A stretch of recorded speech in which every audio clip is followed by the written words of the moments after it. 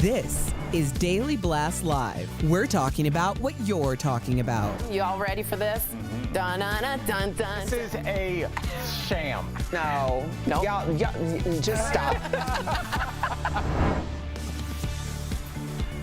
Welcome to DBL. It is Friday, December 10th. I am Tori. I'm here with Al, Erica, and Lindsay. We have some information about Jussie Smollett. He has been found guilty for lying about the victim of a hate crime. Now, a jury convicted Jussie of disorderly conduct for making fake reports to police. He claimed he was targeted and attacked because he was black and gay. But the jury sided with the Osundaro brothers' side of events, who said Jussie hired them to stage the attack. Now, after the verdict, Special Prosecutor Dan Webb said Jussie only hurt his case by testifying on the stand. Take a listen. Now that he's compounded his wrongdoing by lying to a jury, which they've obviously determined from the verdict today, he's compounded his misconduct in this city, and we'll let the judge decide what to do. The charge comes with a maximum 3-year prison sentence, and his defense said they will appeal. Are we shocked? We're not shocked, but I was very forward saying I think he's stupid to take the stand. It seems like he probably was. I mean, the prosecutor went on to say the cops had to get rid of homicides. They got resources. They got money taken away from all other things to focus on this one fake incident, and let alone for hate crimes, it dilutes the message. Lindsay, what do you think? I mean, it's a class 4 felony, so this could, like you said, be 3 years of his life in jail. In the beginning of this case, when it actually went to trial, I thought that he was going to maybe get probation or community service. But this, the more it goes on, feels like a personal vendetta kind of thing with Chicago, the entire city, against Jussie Smollett because of their reputation and because they even had to go through all this and because he doubled down, took the stand, and was trying to make this even more in his favor. I don't know if they're going to show him any leniency. And I just think, I mean, I'm not trying to downplay the crime. I don't know that he needs to spend 3 years in jail, but I think they're going to try to make an example out of him. I think him testifying might actually cost him jail time, as opposed to if he hadn't testified and perjured himself, as they're alluding to, then we would be talking more like community service. Right. Yeah. I agree. Al, what do you think? You agree? I mean, as soon as I saw this verdict, I thought about what you said. And just, I think a lot of people look at taking the stand and you think it's going to be like the last 10 minutes of Law and Order, where you exonerate yourself and it's, you know, there's this big moment. But usually what's going to happen is you're going to run into a highly skilled prosecutor that's going to get your words twisted, and you may expose yourself to jail time. And I think that's what we saw here. I think he probably was looking at probation, stiff probation, and obviously a social and career penalty. But I think now we might be looking to something more, just because of how he continued to double down. And where do you go from here? Like, he was an actor. Even if, no matter what he gets, like, what's the next step? Now these two Nigerian brothers, he claims he had a relationship with one. The other one's offended. You offended Don Lemon, I'm sure, who probably broke. Nobody's going to say what's happening. You burned a lot of bridges. Yeah, you burned a lot of bridges. You know what I mean? You're living and filming in Chicago for Empire. I'm sure they're not going to have him back ever. You know, I mean, that's an understatement. I just don't know where you go. What was all this for? And the fact that it was over $3,500, like, I don't know if he's thinking to himself, like, was it worth it? And I know a lot of celebrities and his family are standing behind him and by his side. And it's just interesting as I watch all the commentary online, because I understand the other implications of him being a black gay man and why, if this actually did happen, it would be such a big problem. But to know that it's now he's found guilty of it, of lying about the whole thing, it's kind of just really embarrassing and unfortunate for him. It's also just frustrating to me because the next time we see a hate crime, what's the first thing people do? Oh, is this another Jussie Smollett? You've diluted the message for everyone that's really vulnerable and really going through something, and you've sort of clouded the coffee in that way. Right. With him, I think it's so dramatic, though. He said the noose, the Trump supporters, the MAGA hats. It just felt like very over the top. So I don't think that if I hear about another hate crime, or any of us on the panel, we're going to be like, oh, let's look at that. Jussie Smollett, he's like in a whole category by himself. We might not. Ridiculous. I feel like court of public opinion might. That's what worries me. You know what I mean? All right. Travis Scott is addressing the Astroworld tragedy for the very first time. The rapper sat down with radio host Charlemagne the God to tell his side of the story. Let's all take a look. And did you hear any of those screams? Nah, man. And you know, it's so crazy because I'm that artist too. Like, you know, anytime you can hear something like that, you want to stop the show. You want to make sure, you know, fans get the proper attention they need, you know. I just didn't hear that. You know, I got music, I got my in-ears, but I just didn't hear that, you know. So if you don't know in-ears, I'm assuming it's talking about an earpiece that goes in. We all have one here, and it does block some hearing. But he stopped the show at some points. Al, what do you think about this response to Charlamagne? In a weird way, I kind of got Jussie Smollett vibes. I'm like, stop talking. Anything you say can and will. And they always say when people are innocent, that's how the cops get you, copy. When you're innocent, you're like, oh, of course I'll talk. Yeah, I didn't do anything. They get you in that back room, and they can get you to confess to a lot of things. He may be honestly saying what he thinks happened, but he may be opening himself up. You notice with the good attorneys, and even when somebody is caught dead to rights, my attorney advised me not to speak. Even if they're standing in the crime scene with, holding the smoking gun, they don't speak. And I don't know if this is a good idea. And I don't know who allowed him to do that. That's what my question is. When we talked about this with even Alec Baldwin, it's like you're taking a very calculated risk because obviously Travis is facing $1 billion or more in lawsuits. And the idea that he would come forward and speak seems very problematic legally, but in the court of public opinion, which is ongoing right now as opposed to the criminal court, which could be a year down the road. Do you stop your life as you know it, or do you try to get ahead of it so that you can still be out there entertaining people? I think it's all calculated. And I know what you mean by risk reward, right? What's better? And just knowing, growing up in that defense litigation world, this can go to the juries. That can be played. That's discovery. And if you find out he could hear, for one instance, he's lied. So you see what I'm saying? This is a horrible way. You've set in stone your testimony before even getting to the court case. What do you think, Linz? And I would say any celebrity. You brought up Alec Baldwin. I understand why he spoke out. He was a kind of outspoken person online sometimes anyway and in general. But Travis Scott is kind of like, you never really see him. Anything about his relationship, his personal life. Private. So when he spoke up, even the first time when he came out on social media and was kind of like almost in tears saying, I'm so sad this happened. I love my fans. I was just like, man, I don't know which one's worse because being quiet in this moment is terrible for people. People died and trying to celebrate you and your music, and then being loud in this moment and just trying to say I'm so sorry might just seem like you're taking fault. Just you saying that, I was like, are you admitting guilt when you say I'm sorry? Yes, it's in some but states. you probably, I'm sure he really is. See, no one wants this. But a lawyer, he clearly has Kris Jenner surrounding him. He has smart people around him. I highly suggest his lawyer said, please don't do this interview. And he himself, just like Jussie Smollett, maybe Alec Baldwin, had somewhat of a need for court of public opinion or an ego to say, I got to get out there. That will ruin you in the end. But at what point are we going to make the people responsible that trampled each other versus the artist that's actually just doing, even via rage music? There's so many different artists and genres that have music that promote raging or jumping or screaming or even jump into the audience. Why is that his fault? Because when you buy a ticket, you are presumed safe at that concert, unfortunately. Go ahead. Like and the artist, though. Right. I mean, and when we talk about this, I have to disagree with you on this. I understand that people rushed the stage. Multiple people rushed the stage. But when you're talking about people getting trampled, you're literally in a world, like, there's no control. It's not like people were jumping up and down. People were literally smashed together. Drowning. Yeah. So I don't know who you can find culpable in that crowd other than trying to get people who didn't pay for their ticket and ran in. Interesting. All right, let us know what you guys think on YouTube, the DBL app, dailyblastlive.com. Coming up on DBL.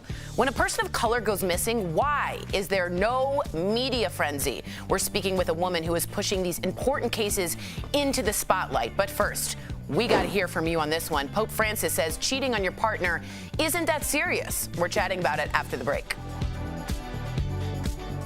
Closed captioning provided by It's so easy.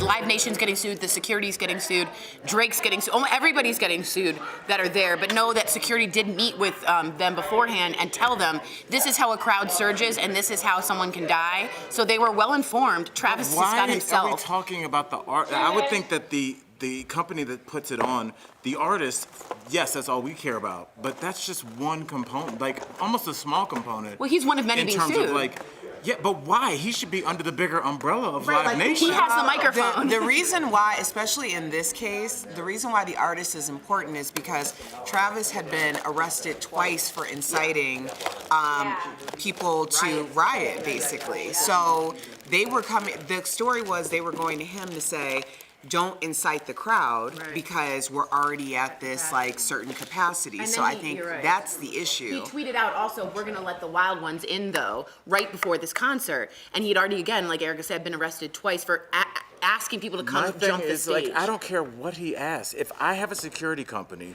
that brings large crowds in, and our whole job is to keep everything secure, it shouldn't be contingent on what you tweet. Well, My thing is saying, like, and also artists have been like stage diving. I know it's not saying we're going to let they've been stage diving. Different artists of different backgrounds have been stage diving for years.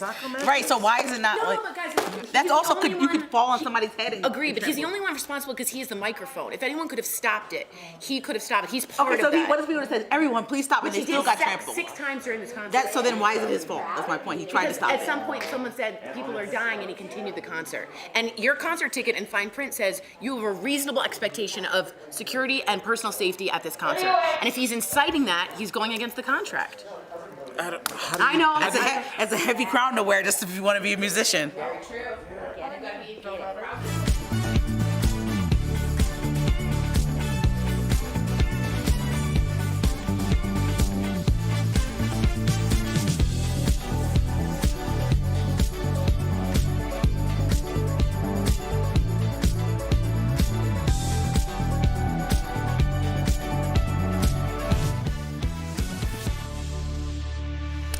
Welcome back to DBL. How serious a sin is cheating or sex outside of marriage?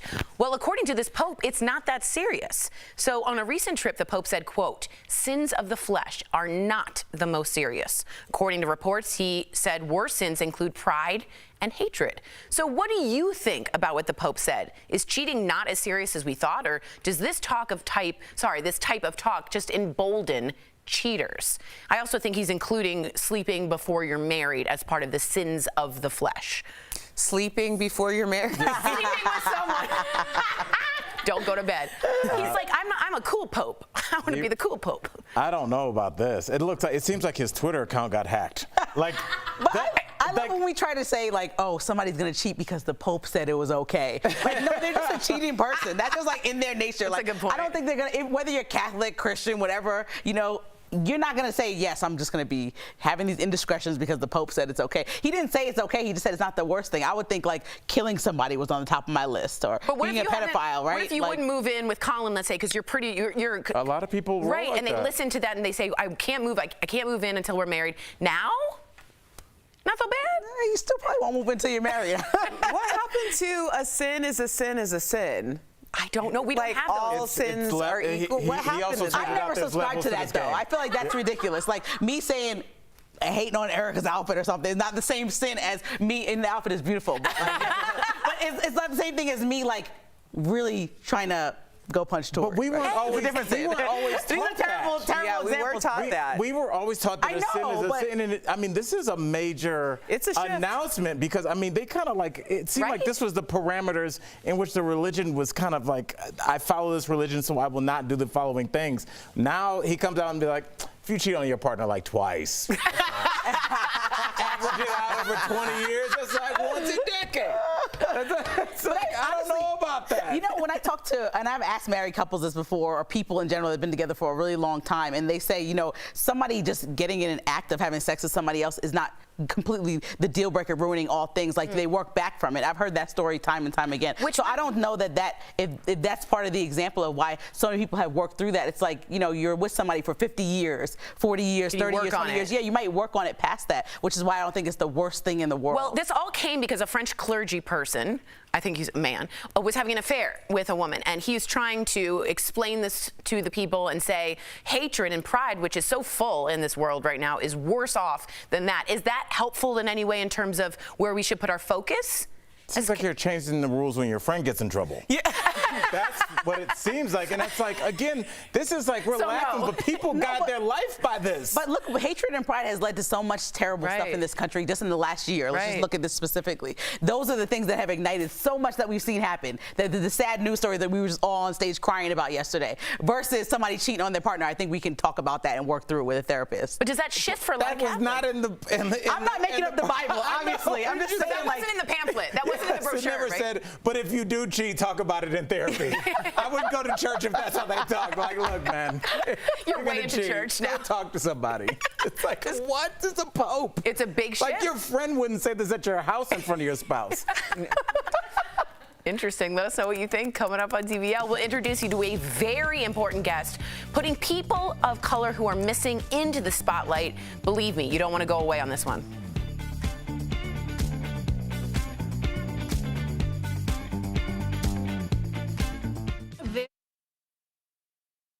However you're celebrating, make DBL a part of your holiday cheer. I can tell she was feeling something. I tell her. Blush for Alfonso Ribeiro. This is the most wonderful time of the year. Absolutely. DBL is always all new every day. On December 3rd, Mariah Carey's hit single, All I Want for Christmas Is You, was certified diamond by the Recording Industry Association of America, making it the first holiday single to earn the distinction. Carey's Christmas hit usually begins making its way up the music charts around late October, according to Last.fm listenership data from the past 3 years. But does that mean that the holiday hit gets the most plays on streaming apps during the Christmas season? Verify reached out to these sources to get an answer, and drumroll please, it's true. All I Want for Christmas Is You is the most streamed holiday song according to music streaming app data from Apple Music, Amazon Music, Billboard, Pandora, and Spotify. According to Amazon Music, global streams on their app for this song are up 46% in 2021 when compared to this time last year. It's also one of the most requested holiday songs on Amazon Music via Alexa so far this year. According to Spotify data, the song tops its Christmas hits list and is the most popular song on Carey's artist profile with nearly 1 billion streams overall. It's also my all-time favorite Christmas song, and I may or may not dance around the table to it every year with my family. With your Fast Fact, I'm Ariane Till.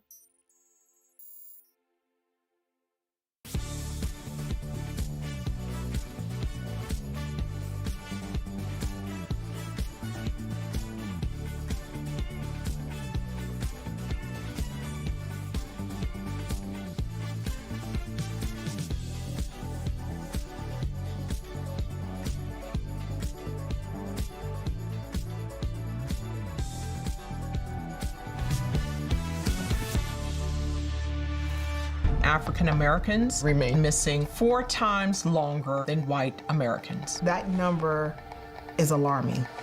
We hear from families all the time, the police is turning us away, the media wouldn't respond. Welcome back. A new documentary is shedding light on the shocking disparity involving missing people of color. All last month, DBL featured some of those cases, but there is one organization pushing these cases to the mainstream. Earlier, we spoke with Natalie Wilson, co-founder of the Black and Missing Foundation. Natalie, welcome to DBL. You know, I have so much respect for you, and you really are doing God's work, trying to provide a service and shedding light to these cases. Why don't we hear about these cases in your words? First of all, thank you so much for having me. Thank you. And the feedback that we're getting from families is that the cases aren't taken seriously. I'll give you an example. When our children, minority children, are reported missing, oftentimes they're classified by law enforcement as a runaway. So if you're classified as a runaway, you don't get the Amber Alert. You definitely don't get any media coverage at all. And adults are often stereotyped as being involved with some type of criminal activity, or that type of deviant behavior is what happens in those communities. And their lives in these cases, again, just aren't taken seriously. Thank you for being here. Your organization has helped nearly 400 families get closure. And to be clear, some of those endings were not happy ones. Is there one story that really stands out to you or that has affected you the most? All of the cases really are so important to us, but I think the catalyst or the inspiration behind the organization is Tamika Houston, who went missing from Spartanburg, South Carolina. And we read how her family, her aunt, who's in my profession, public relations, really struggled to get media coverage, national media coverage. And Natalie Holloway disappeared a year later. Wow. And we all know her name, we know her face. So, you know, it's just disheartening. And our goal is to be advocates for these families, to help them get the assistance from law enforcement, and the media coverage needed. So, Natalie, when it comes to solving these cases, you say exposure is the most important thing. Al and I were just talking about that in the break. Can you give us a specific example of how the media has helped a case? Most recently, there was a child, a 1-year-old, that was missing from Maryland.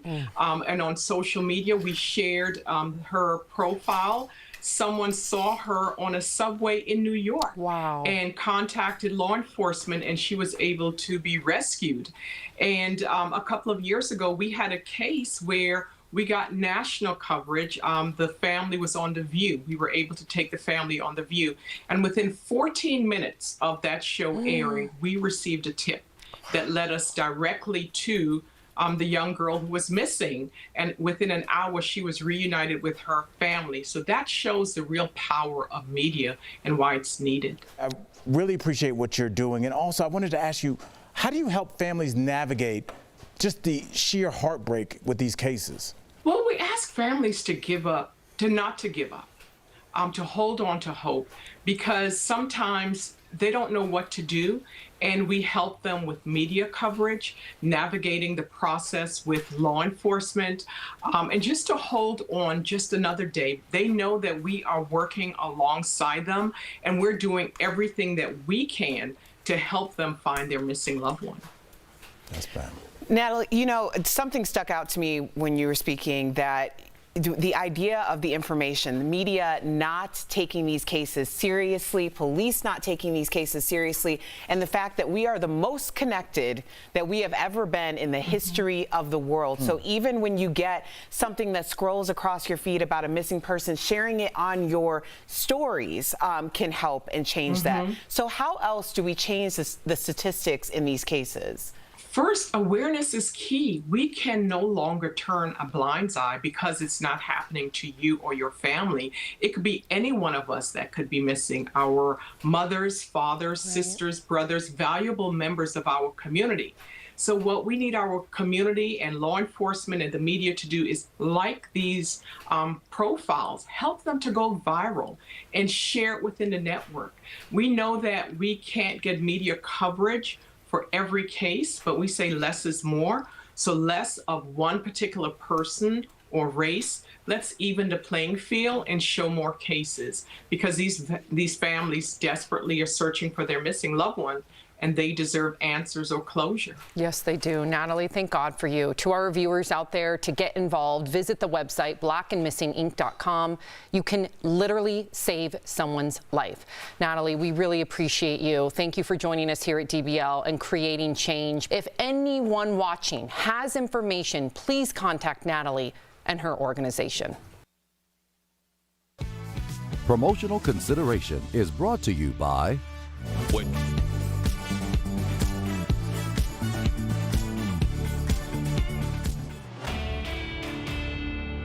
Plenty of questions have come out of the more than 2,000-page infrastructure bill. One THV11 Verify viewer asked, is it true there is some sort of driving tax or fee that you'll have to pay each year based on your vehicle's mileage and how much you've driven that year, included in President Biden's Build Back Better plan?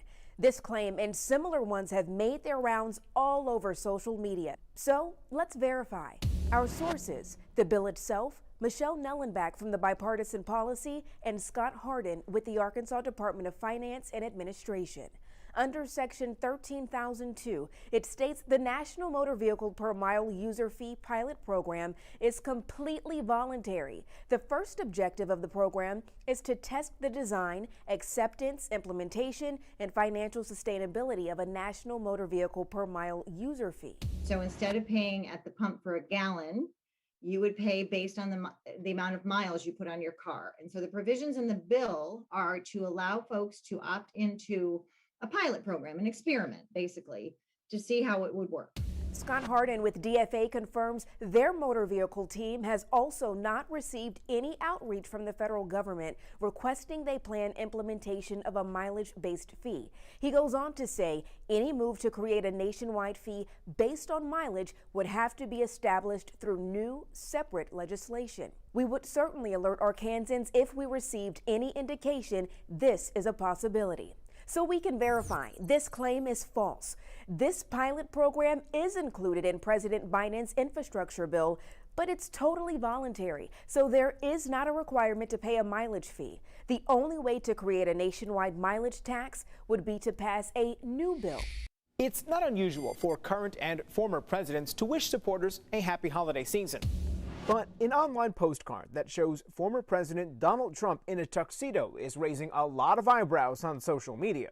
The card, which we're blurring because of its explicit nature, was retweeted thousands of times, including by some prominent people who are verified on Twitter. So let's verify. Is the Christmas card claiming to be from former President Trump real? Our sources are Getty Images, Photo Forensics, and the official Donald Trump merchandise store. The former president is selling holiday merchandise on his website, and his Save America website links to this card, which is not the card that's going viral. No one within the Trump organization has shared the doctored card, and his spokesperson confirmed to PolitiFact it was fake. So, no, the Christmas card claiming to be from former President Trump is not real. Verify traced the original image back to 2019 when former President Trump met Queen Elizabeth. An analysis using photo forensic software showed the former president's tuxedo was edited to make part of the explicit imagery. Many of those who shared the card have since deleted their post. With your Verify, I'm Brandon Lewis.